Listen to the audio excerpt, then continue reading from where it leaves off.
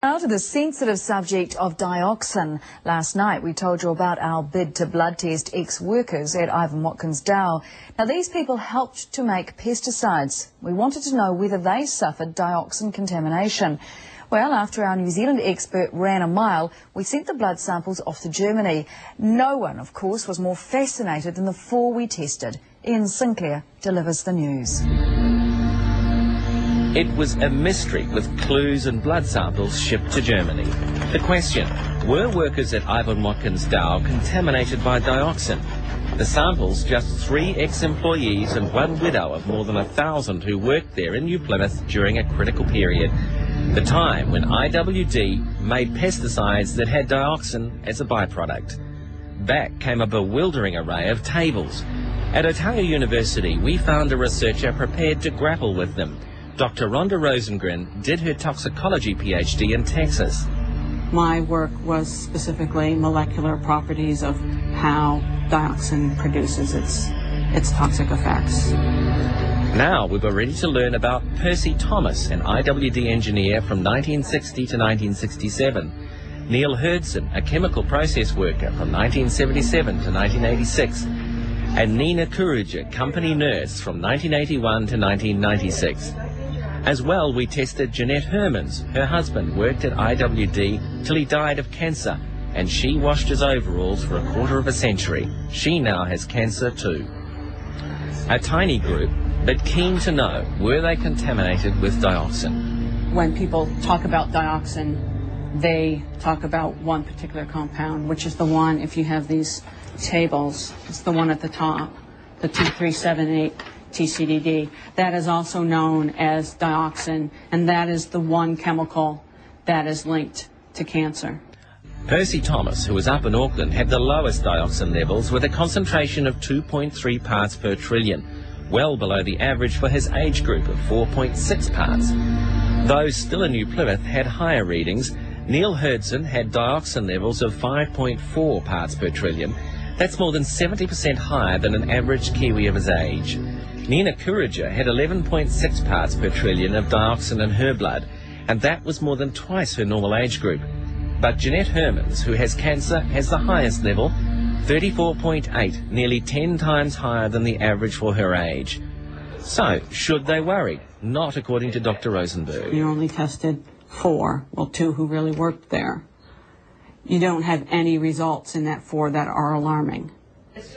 She says the average New Zealander has levels so low that even Jeanette's are well within WHO safety guidelines. I thought I'd do a little visual to sort of show you, because you can't see parts per trillion, obviously. So I used milliliters. Okay, so this is essentially Neil's level of dioxin in milliliters. And this is essentially Jeanette's. This would be a level linked to cancer. Okay, at a bare minimum. Dramatic though it looks, the demo leaves these people bitterly divided. I was right, wasn't I? In what way? Well, the health. I've been lucky because I've followed the medical conditions of everybody through. We've got all their records there, and by going through the records, I could find that the different problems they had nothing to do with work, but was to do with underlying problems that they already had. Not all of them, but 90% of them. I was, of course, poisoned by chemicals when I worked at Dow, and I came to see you, and you know that, so I find it quite disturbing that you would sit there and say that there was nobody affected by their work. No, I said 90% of them. I see. You see? Yes, you did have a reaction. More than a reaction, I had a long-standing illness, and I still have it. I have work colleagues that ring me up on a weekly basis at the moment, saying that, yes, I got cancer, yes, I worked at IWD, or my brother died of cancer, or my husband died of cancer and worked at IWD, and you're trying to tell me that all these people actually did not get any effects from working at IWD. And you're telling me that categorically? Yes. Oh, yeah, well, you're very clever. Yeah, I disagree with that as well. Yeah, well, I don't, with your husband, I would agree. I don't know anything about his and problems. I also have suffered from cancer, so I disagree with that as well. And can you blame this group for their disagreement when scientists can't agree either? Dr. Neil Pearce conducted the study that found ex-employees were more at risk from cancer. Any dose carries some sort of risk. If you have a very high dose, it's a high risk. If you have a very low dose, it's a low risk, but it's not zero. That is the question, isn't it? What's safe? How safe is safe? Joining me now are Dr. Mark Jacobs, who's the Director of Public Health, and Bob Hill from the Labour Department. Good evening to you both. Evening. Dr. Jacobs, if I can put that question to you, what's safe? When we're talking about individuals and the results of testing for individuals, there really isn't an answer to that question. The testing is really only useful when it's used to look at the sorts of levels that are being seen across a group of people so that we get a sense of how common it is that group has been exposed. And then we can also look at population levels of risk, so general estimates of the possibility of increased risk of various illnesses. For an individual, as I say, there really isn't an answer to that question. The test for an individual won't tell us what the chances are of that person getting sick or staying well. Well, why don't you just test them all then, the former workers? The priority for testing is really to get a sense of, from a Ministry of Health point of view, obviously Bob will discuss the issue about workers. Because you've tested the neighbours, I'm correct? And you're in the process of testing more neighbours. Yes, there's been testing that's been undertaken on behalf of the Ministry of a range of people in the community, and that was done so that we could look at how common it seemed to be that people had been exposed to dioxins in the community, and also get a sense of what sort of area of the community people were living in that were more likely to be exposed. So, you haven't answered my question though, why not?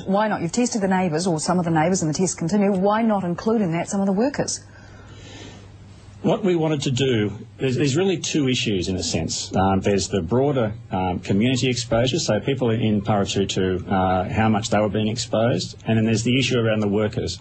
And what generally happens with these sort of issues around the world is that workers often have a much higher level of exposure. So it's really it's a linked issue, but a different one.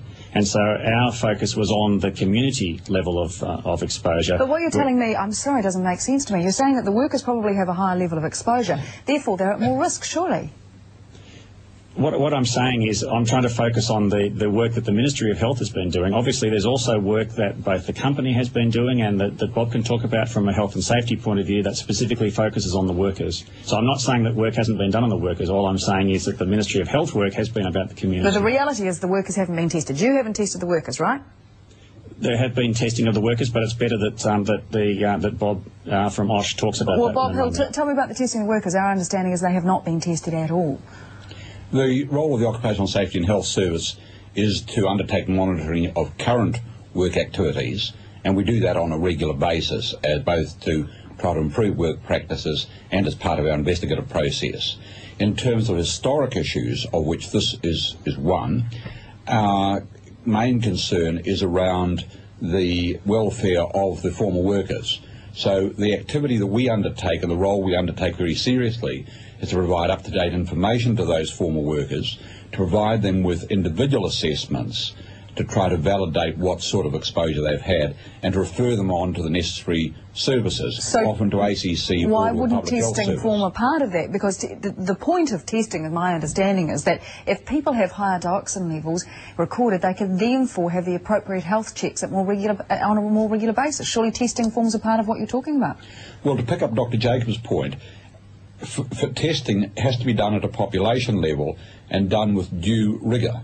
Now, that means that we need to have a good population and a good methodology around it. The Department of Labour actually provides funding in conjunction with ACC to the Health Research Council to undertake this sort of work. We take this. Look, are you two just throwing the sort of ball round backwards and forwards between you? I still don't know why you just can't test them. You know, or at least I understand why you can't test 1,000 straight up, but you could begin a pilot test of the former workers. We've done 4. Perhaps if I could come in on that. The issue is what value it would be for an individual person to have a test. it won't provide any additional information, and as I understand it will provide, because it will tell them their levels of dioxin, and therefore they can continue to have appropriate health checks that they may need. Look, I just want to show you something that was by your predecessor. This goes back to, this was an assurance from the Director of Public Health in 1986. And we know full well that I myself, for example, provided it were properly boiled, could drink many litres of the ready-to-use 2,4,5-T spray each day, and it would not affect my health. So you would drink it? So there you have, in 86, a man in your position saying he'd drink the stuff. I mean, is that indicative of a cavalier attitude towards dioxin? No, of course not. In fact, since I've been in New Zealand anyway, I mean, I can talk about more recent times. I've actually been very impressed by how seriously the issue is being taken now in the country, and how actively it's being addressed. Now, obviously, there's better information that's become available over the years, and we continue to respond to that information. And the information's pretty ugly, isn't it? Maintenance and waste workers, 46% more cancers. Formulation lab workers, 64% higher. Synthesis workers, 69% higher than one would expect to find cancer rates. There's got to be a problem there. I'm not sure whether you're addressing the question to myself or to Bob. I am. I'm addressing it to you. And these are the findings of Professor Neil Pearce. He's a world authority in this area. Well, I mean, I can't specifically comment on those particular figures because I haven't seen them until you've mentioned them to me. But one thing that I think is really interesting... They must worry you, though, those numbers, do they?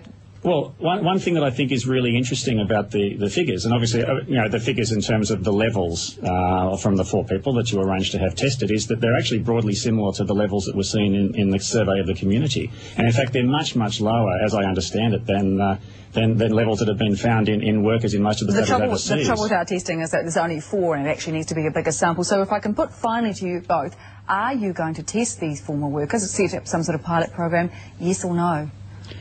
The Health Research Council is funded to look at these sort of issues, and I understand there are 2 proposals which are currently being developed to look at the health status of former IAWD workers. Does that mean testing? Yes or no?